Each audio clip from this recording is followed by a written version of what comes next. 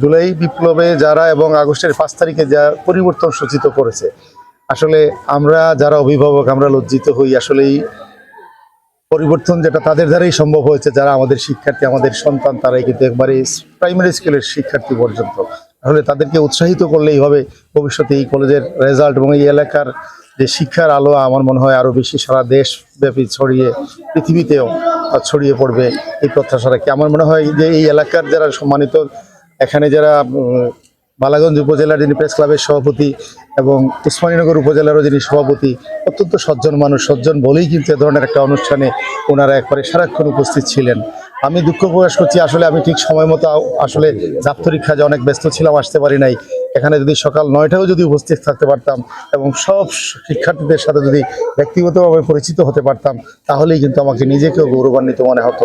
আমি বিশ্বাস করি এই ধরনের প্রক্রিয়া এই কলেজ কর্তৃপক্ষ কিন্তু সবসময় চালু রাখবেন, তাহলেই কিন্তু এই এলাকার আলো সারা পৃথিবী, দেশ ছড়িয়ে সারা পৃথিবীতে ছড়িয়ে পড়বে। এটা অত্যন্ত একটা সমৃদ্ধ এলাকা। গোয়ালবাজার কিন্তু একটা সমৃদ্ধ এবং প্রবাসী অধ্যুষিত এলাকা। এই এলাকায় আমার মনে হয় যে কোনো মহৎ কাজের উদ্যোগ নিলে কলেজের অধ্যক্ষ আমার মনে হয় আটকাবেন না। এখানে একটা মসজিদ নাই দেখলাম, যে আসলে প্রত্যেক কলেজে, একটা সরকারি কলেজে একটা মসজিদ থাকা দরকার। আমার মনে হয় উদ্যোগ নিলেই কিন্তু সেটা হয়ে যাবে। আর মসজিদের উদ্যোগ নিলাম। আমি একটা নতুন এলাকায়, আমরা সিলেটে আমরা বন্ধু বান্ধব মিলে এক জায়গায় বাসা করেছি, আমরা যারা এমসি কলেজে ইন্টারমিডিয়েট করেছি একসাথে, মসজিদ ছিল না। আমরা যখন হাত বাড়ালাম তখন আল-হারামাইন গ্রুপের একটা জায়গা ছিল, 8 শতক জায়গার দাম অন্তত 1.5-2 কোটি টাকা হবে।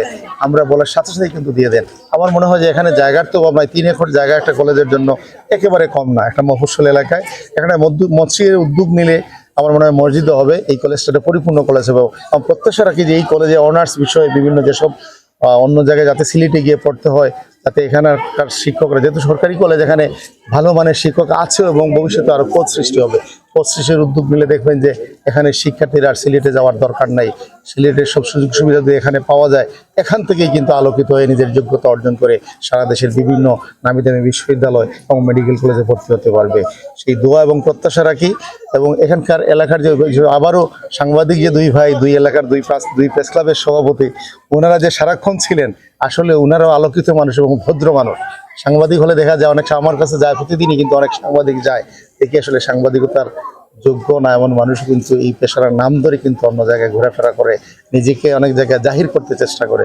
কিন্তু এইখানে দেখলাম এই উপজেলায় কিন্তু 2 জন সভাপতি, 2 জন অত্যন্ত সজ্জন মানুষ।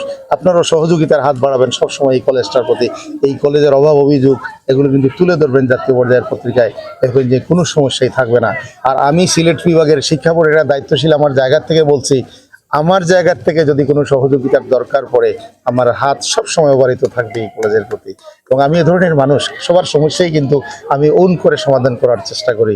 আমার জন্য দোয়া করবেন। আপনাদের এই এলাকাবাসীর প্রতি আমার এই সুন্দর অনুষ্ঠান আয়োজন করার জন্য, সহযোগিতা করার জন্য ধন্যবাদ। এবং সম্মানিত অধ্যক্ষ মহোদয়, আমাকে যে এখানে, আমার মতো আসলে অর্বাচীন মানুষ, অপরিচিত মানুষ, আমাকে এখানে দাওয়াত দিয়ে এনে, উনি আসলে 2-3 দিন, আমি কিন্তু আমার ব্যস্ততার কারণে পারি নাই, ওনাকে অসংখ্য অসংখ্য ধন্যবাদ। সম্মানিত শিক্ষক মণ্ডলী, নিশ্চয়ই ভালো করে পড়ান বলেই ভালো রেজাল্ট হয়, নাহলে ভালো রেজাল্ট হওয়ার কথা না।